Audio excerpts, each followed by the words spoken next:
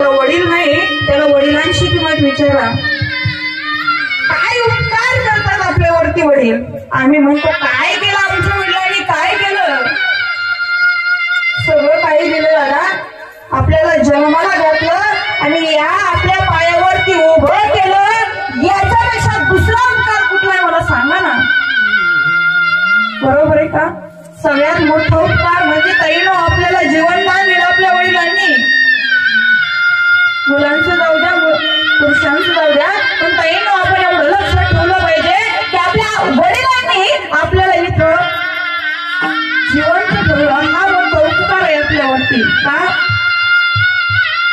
कारण आता सध्याच्या काळात सुद्धा मुलीला मारून टाकतो. काय दोष आहे तिचा, पण वडील मात्र फार प्रेम करत असतात. ज्यावेळेस मुलगी झाली ना, मुलगी झाली हॉस्पिटलमध्ये, दवाखान्यामध्ये, त्यावेळेस वडील फार प्रेम करतात मुलीवर.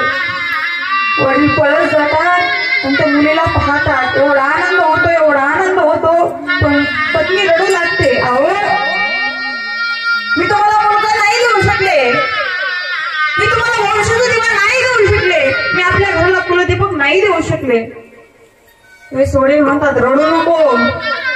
जर पंथीच असेल तर दिवा कशात लावणार ना तू. जर पंथी नसेल तर दिवा कशात लावणार. बरोबर. वडिलांना खूप आनंद होतो. सगळ्या गावाला जिलबी वाटतात, सगळं काही करतात, गोड गोड देतात. प्रत्येकाला सांगतात आजी माझ्या घरात मुलीच्या पायगुणाला लक्ष्मी आली, माझ्या घरी लक्ष्मी आली, माझ्या घरी लक्ष्मी आली. आपल्या मित्राला सांगतात अरे माझ्या घरी लक्ष्मी आली.